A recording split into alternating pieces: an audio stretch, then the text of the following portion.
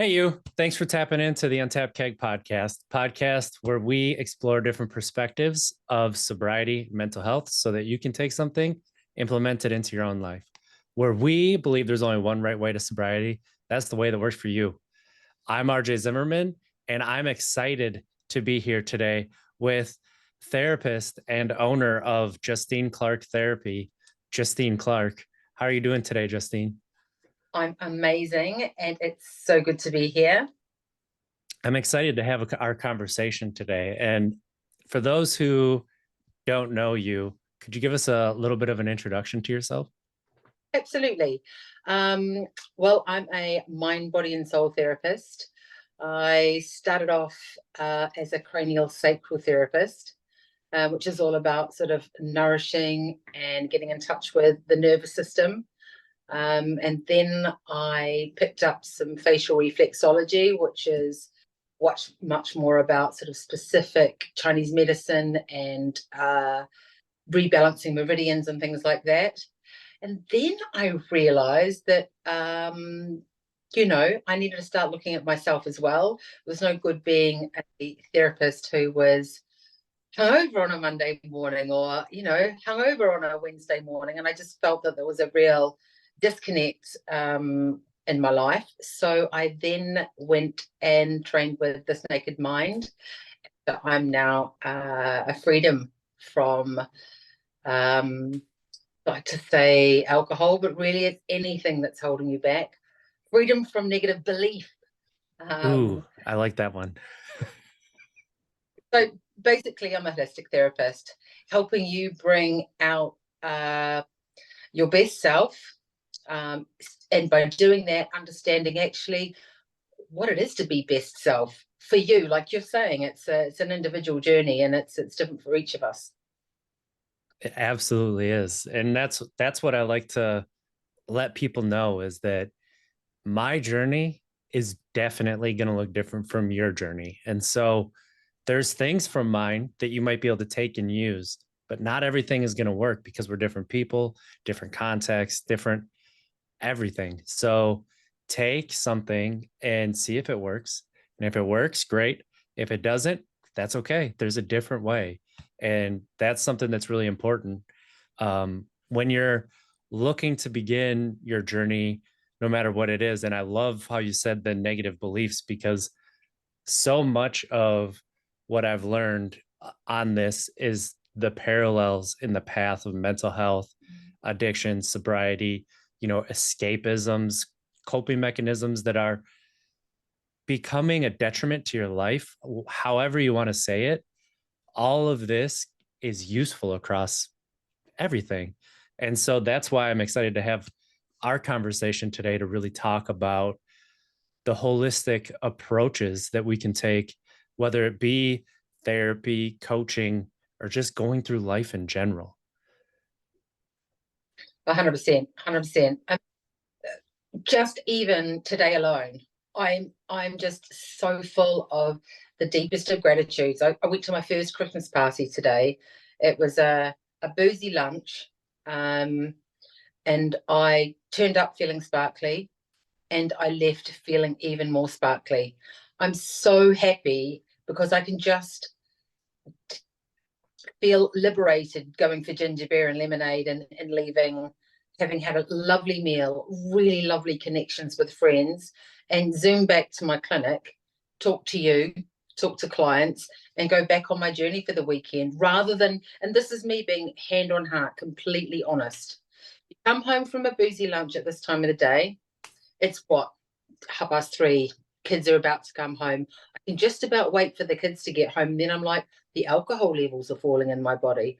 I'm going to need to keep drinking all the way through Friday night, just to make myself feel level again. And I'm so, so grateful that that's not my story. My story now is getting back to work, staying focused, clear headed, look forward to tomorrow fresh as a daisy and do it all again. And that is something that is, you know, we can end up taking for granted the longer that you get away from alcohol or whatever it is that you're using with weed, other drugs. The further you get away, the less you appreciate that clear-headedness that you have because it's just kind of there. So I really love to hear how much you're still appreciating and grateful for that clear headedness and being level on this journey where you have been grateful and really utilizing a lot of different methods, especially therapy, coaching, different things. What what was the start to realize the holistic approach um to your journey to bettering yourself and helping others? I think I can remember at 21 having already had, a childhood of tonsillitis and allergies, and going to a like a health food store and having an iridologist look at my eyes and go, what you really need to do is you need to cut wheat, you need to cut sugar, and you need to cut alcohol. And at 21, I was like, I couldn't even begin to connect with what that might mean, because it's so deeply entrenched in the society that I grew up in, that I couldn't even imagine a life where I didn't have alcohol in it, or the type of food that I was used to eating. That's how much my beliefs had to keep me safe. My beliefs were that I needed to fit into society by eating and drinking what everyone else ate and drunk. But I think maybe even from that moment onwards, I knew in the back of my mind that these things were not great for me. And I guess ever since then, I've known in myself that you're always kind of doing this seesawing balancing act between trying to do right by your body and knowing that one of the things you're doing, or a number of things, is doing the exact opposite. So it wasn't for me. I wasn't an epiphany girl by any means. It's been a gradual thing. And I think what I would say about This Naked Mind is it's liberating for those who feel that AA is almost like some kind of life sentence, because we're not talking about addiction necessarily here. We're talking about freedom. And that's a real new way of looking at life. So I'm free from the constraints of society telling me that I've got to eat a sandwich for lunch, pasta for dinner, and wash it down with a glass of or a bottle of red wine. I'm choosing to live authentically, completely in myself, and that takes courage. That takes vulnerability, and I do that on a daily basis.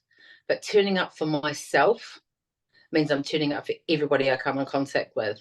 So I know that's a long answer to a short question, but it's been a journey, and I'm so glad to be on it.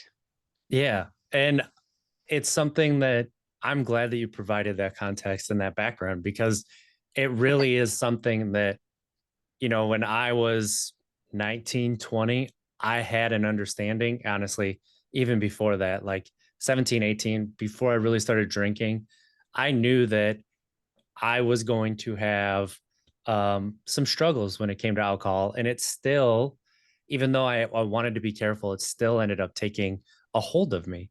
And with that, having that, it allowed me to make the decision that I did. However, that's not how a lot of people have that in the back of their mind. Like, alcohol is so entrenched in society across the board. So I love how you put AA feeling like a life sentence or not drinking alcohol feeling like a life sentence because that's how we approach it a lot of times at the start. And now you being able to approach it from a sense of living authentically, living within yourself and being vulnerable. And the thing that we realize is it's not just with other people that you have to do that, it's with yourself. Being honest with yourself, being vulnerable with yourself. And that's something that can sound counterintuitive. How am I supposed to be vulnerable with myself? It's just myself. But that's where the conscious awareness and when you can be mindful of some of the things that are going on inside of you and being honest about where it's coming from, it can really start to unlock a lot of doors to show up as you are.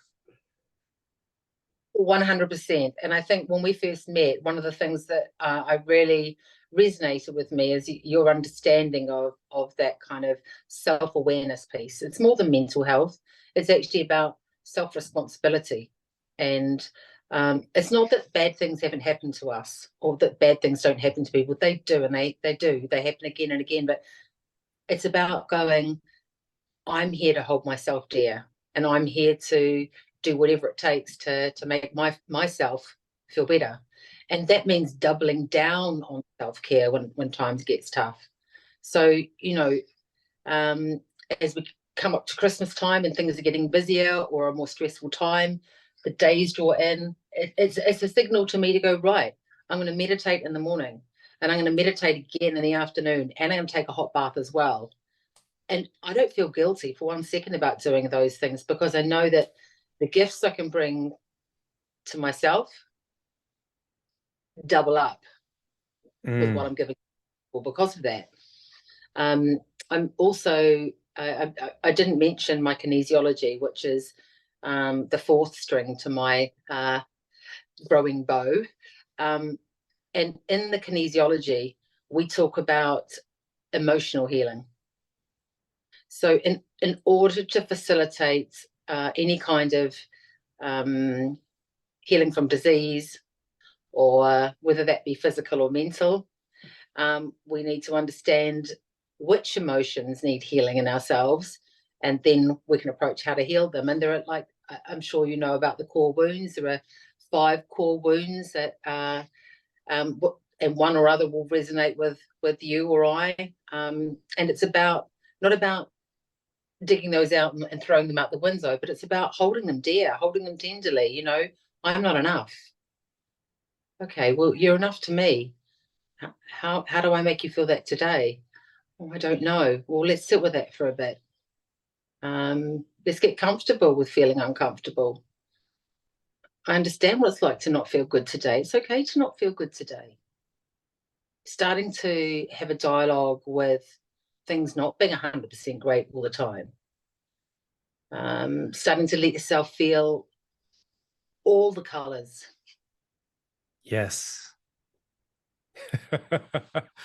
I just, the amount of positive vibes only, and I only want to feel good things, and how that can really work against what you are actually experiencing in the world is, it's it shouldn't be understated how much that can keep you like stuck in quicksand, right? And i've I've started to take quicksand as a lot of my metaphors when it comes to like comparison, and not just comparing the good things, but also comparing your stress, because I notice a lot of people with positive vibes only, and I only want to feel the good things.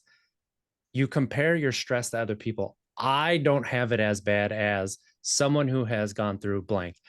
I have it better than people who are starving in Africa. I don't have it as bad as people who are homeless, right? And what we do is we allow ourselves to sink deeper into the quicksand by comparing our stresses with somebody else's. You cannot carry somebody else's stress. You can only deal with the stress that you have in your life. And when you understand that, and you can acknowledge and be grateful that the stresses that you have are the stresses that you have, right? However, that when you downplay them and you're like, I shouldn't feel stressed about this, you just add so much more stress onto yourself. And it digs you deeper. And that is a space that really people kind of look at and they're like, this is why I only want to talk about good things. This is why I only want to talk about the positive vibes. And whenever I hear positive vibes only, the first thing that comes to my mind is my friend Mindset by Dave, who talks about appropriate vibes only and how important that is. And I've really carried that since I first heard him say it about almost 2 years ago. And it's like, it's just so important to understand. And so talking about everything that you just did, and just being with yourself and understanding that you need to feel everything in order to feel your true self and being able to show up as yourself. um it's so important, it's so important. When um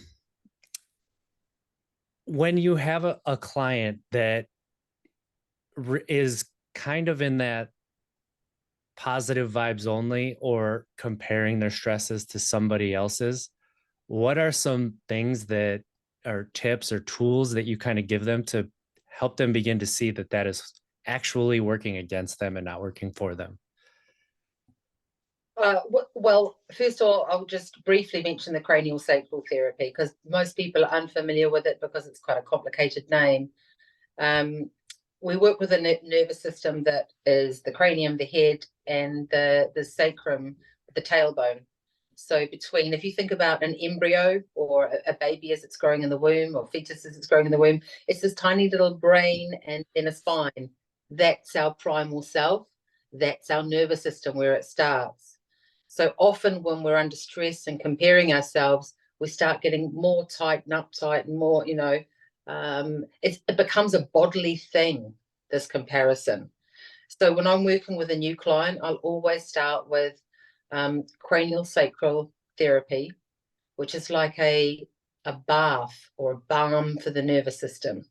So it takes that load off straight away, puts reset switch, turns off that fight and flight response, and gives you the space to feel safe and held, and you feel trust.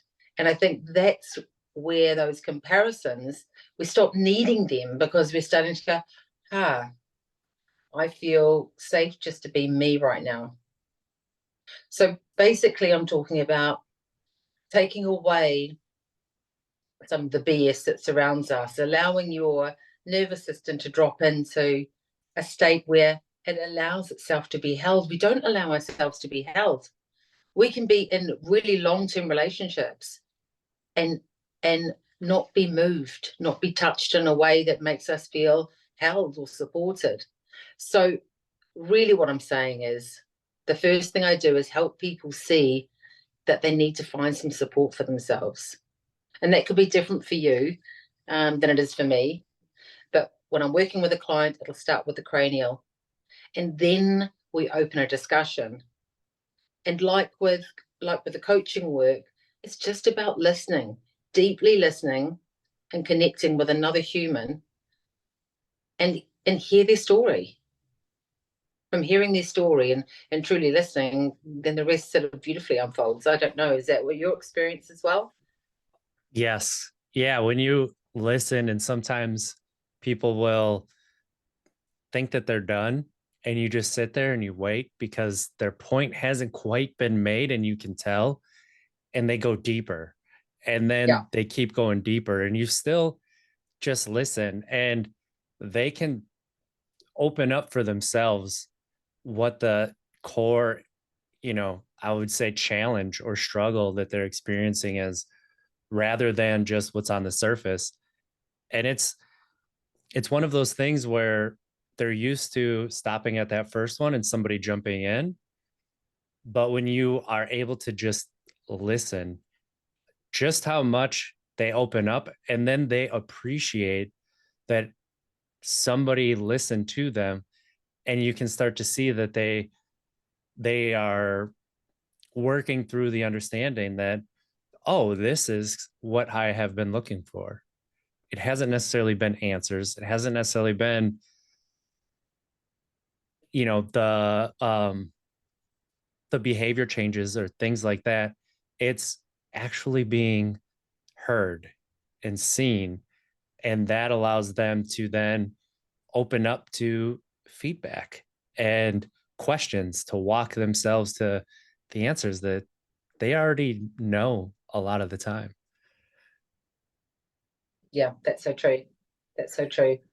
And I think there's so many tools and strategies that we've got that we can offer, whether it's a physical therapy, talking therapy, exercise, nutrition. We've got lots of tools, but really throwing things at people is just going to give them another thing to do on their to-do list. And really they'll just be overwhelmed and inundated even more than we are already. And the truth is, we need to just cut ourselves some slack. That's it. Oh. Yeah, it is. Right? Just, I mean, just hearing that is like, yeah, I need to do that too. I need to cut myself some slack. I mean, honest with me, be honest with me. Your to-do list today, is it achievable? Or have you just given yourself a lot to do in lots of different areas? It is actually achievable today. Now, on Monday and Tuesday, was it achievable? No. But today, I've given myself a small list, and then I'm gonna allow myself to relax tonight. Part of it is because yesterday in the United States was a holiday. So Or today, I would say half of people are off work and still on a holiday, and then um you know even this weekend utilizing it for a long weekend.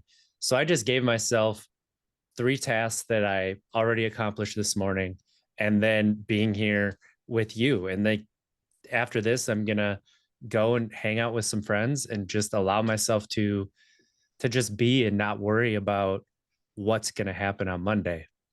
But Monday and Tuesday, I wanted to get so much done before the holiday that Wednesday came around and I was like, oh, I didn't get half that stuff done.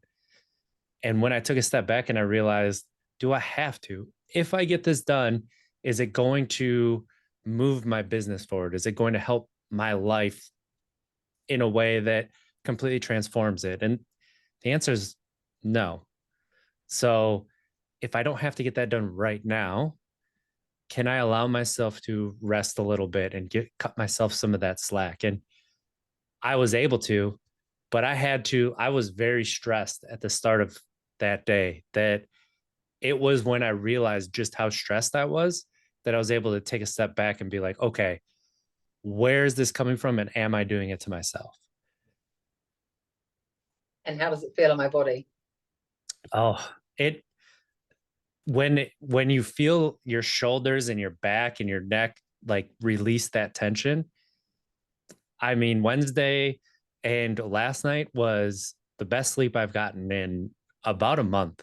And that's something that I'm not the greatest sleeper. So when I get really good sleep, I really appreciate it.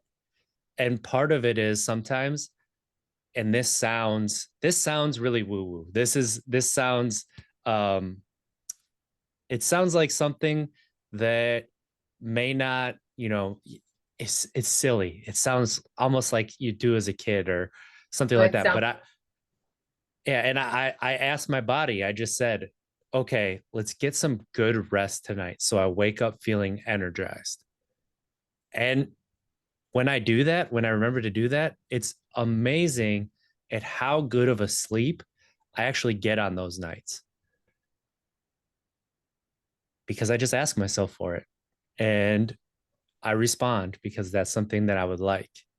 And I'm not forcing it on myself, just asking, would tonight be a good night? Can you please? Right.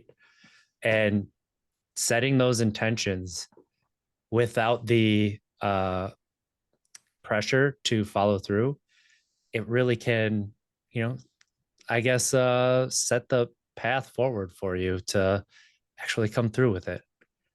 That makes sense. 100%. I agree with you. I've always been very much a to-do list girl. Um, must do this now, must be very good at it. And Mm, really, this is wholeheartedly, I would say, in the last, particularly in the last 6 months, I prioritize making sure that I'm feeling good in a day.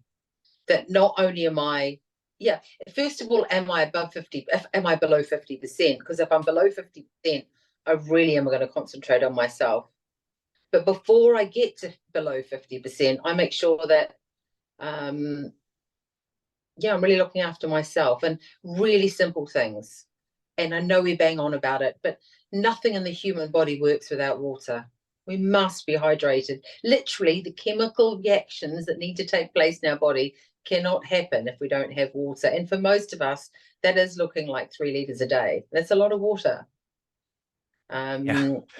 But that's for humans to function. It's simple, right? And then nutritious food. The body needs protein. Feed the body protein. It needs protein 3 times a day, not just for muscle repair, but to make hormones in the brain. You cannot be happy without the right amount of protein. And I don't care what source the protein is, as long as you're getting it regularly through the day. So my body needs food and water.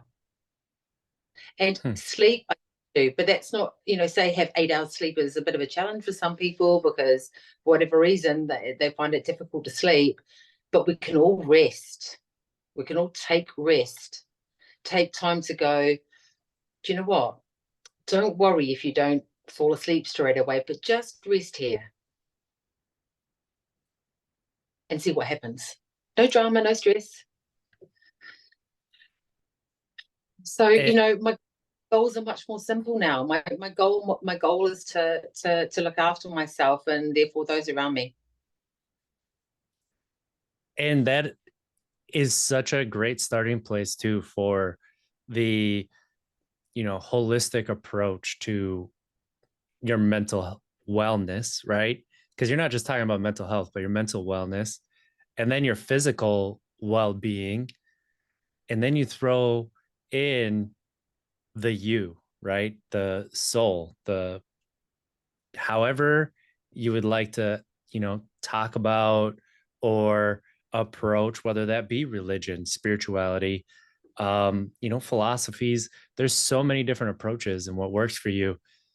But when you can tie those three things into yourself, you strengthen that mind body connection, which really is about, really taking into account your nervous system. And I started doing that in, gosh, when was that? April or yeah, April, May of this year. And that, when I started to take that into account for my feelings and understanding that connection, it changed how my mind and body communicated and really strengthened what I think a lot of people refer to as intuition, is really understanding the signals that are coming, that your body's sending to your mind, so that you can actually take in what it is the environment is telling you. And that to me is what we mean when we say intuition a lot of the time.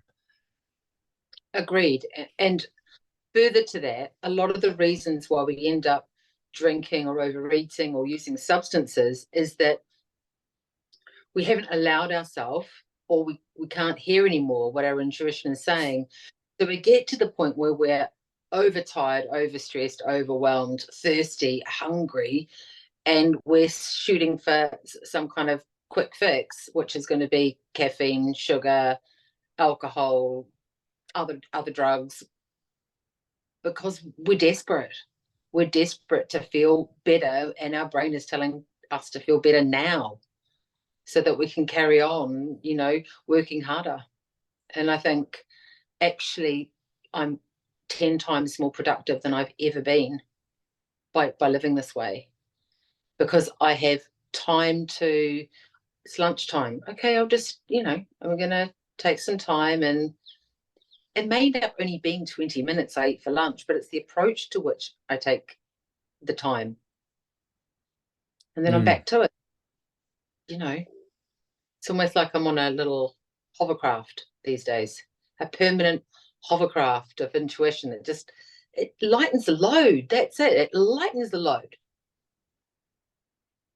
So the other thing I would say is, if you're struggling with any of this, if people are struggling with, oh my God, that sounds so good, it'll be amazing to get there, I just want to, but I don't know where to start. That's where connection's really useful. That's where reaching out and finding a coach. Finding a coach, or if they're a body worker, something that you can just tap into, you know, ideally do something once a week, but once a month, having someone that helps you get back on board the love train, the self-love train. We're going to keep, I keep finding new things to throw in there, go to a cacao ceremony, have a sound bath, have fun. It's Friday. What are you doing? What's your fun Friday look like?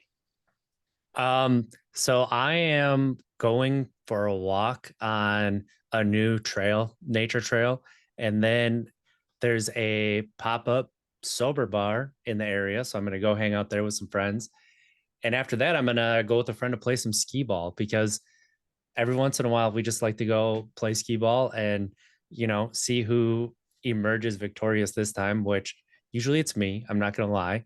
And just allowing myself to feel the support of the people around me that aren't there because I can provide them something. They're there because they enjoy the energy that I show up with, and they just want to, interact and provide me with the energy that they show up with. And that's it. And that sounds maybe odd to people, but just think about when you're around people who are negative, or um, they always find something little to complain about. What does that do to your own mood and things like that? Well, are you showing up around people with that little bit of negativity? And I'm not talking about you're having a bad day. I'm talking about it's something that is consistent, right? And just how does that affect the way that you're showing up the rest of the day? And that's what I mean by your energy. And can you just, you know, be there with somebody who's having a bad day without it affecting your own energy and how you're going to show up? Or, is it something that drags you down consistently? And is that really somebody that you want to be around when it comes to having fun and trying to, better yourself? And that's something that when you take that into account, it can really allow you to be around people who are going to fill your cup up and be yourself even more. So I guess I took that in a different direction too. But what does a fun Friday look for you, Justine? Well, look, it's pretty much what you said. Like what I really loved about what you were talking about is um you're extending self-responsibility, the idea of nurturing and looking after yourself to be the it's not your job to look after anybody else. Your job is to show up and look after you the best you can. So I guess that's me too. Friday night tonight, I could go to a party. I could go and refresh my makeup and put my earrings back in and do all that stuff. But what I do is I go, Justine, what do you want to do? And I'm like, today, I'm going to snuggle up with one of my daughters on the couch and watch a program. Her gymnastics has been cancelled tonight, so I don't have to be driving across town. So I'm going to use that opportunity to snuggle in on a Friday night and feel grateful that I can do that. Fun feels like freedom. Freedom feels like I don't need to go where the drink is. I don't need to stay in because that's where the drink is. I don't go somewhere because that's where the drink is. I don't feel social anxiety that I'm missing out on what's going on because the people that I care about, they look after themselves and they come to me when they want to touch base with me. So it's like it's never about it's never really been about the substance or about society for me. It's always been about the self.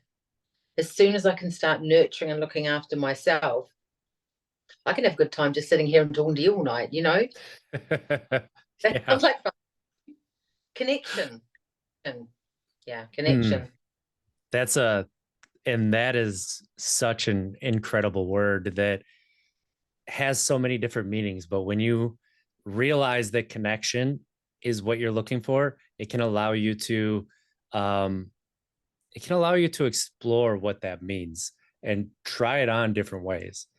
And when you can find it, it allows you to really make the choices that best serve you and serve the people around you, because that's what you're striving for.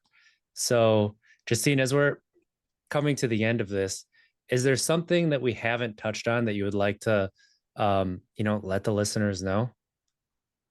Well, just furthering the idea of connection that you just said, I think it's such a beautiful thing. And I spent a lot of my time reaching outwards, trying to make connections with people. So, what I would leave with is the idea that we need to become more connected to ourselves.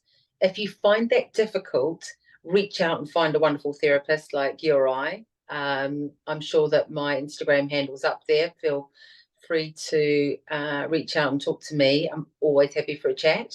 But it's about deep listening to yourself and really listening to others. That would be what I would say. So rather than grappling for the next deal, the next purchase, the next gift, the next anti-aging product, the next whatever, settle in, reach out, speak to someone you haven't spoken to a while, listen to what they really got to say, and listen to your own heart. Yeah. Mm, that's so great. And, speaking of Instagram, if people want to keep up with you, Justine, what's the best way they can do that? I would say DM me, or I think is my Instagram handle up on that, will be up on this. Yep. Yeah, it'll be in the notes. It'll be in the show notes. So it's at Consult Justine. Hmm. I'm more than happy to have a chat anytime. I love that. Thank And you the, so once much. Oh, go the, ahead. ther- the therapies are all too tricky to list, but mind, body, soul, it's all there. And that's something that, that holistic approach that we talked about that we can overlook because my body's fine. What are you talking about? I don't have to worry about that. I'm just here for my mind. But when you really start to listen to all of it, it just allows you to be yourself at a different level. And that's something that is that's the freedom that you have been talking about this and entire podcast. So I want to thank you for being here, Justine. This was amazing. This is a great conversation. And go follow Justine on Instagram at Consult Justine and send her a DM if you're interested in learning some more. This has been the Untapped Keg podcast where we look at different perspectives of sobriety and mental health so that you could take something, implement it into your own life. Marjay Zimmerman, and let's try to be better tomorrow than we were today. Because at least we don't make it, we tried. All right. I love you, everybody. Have a great week.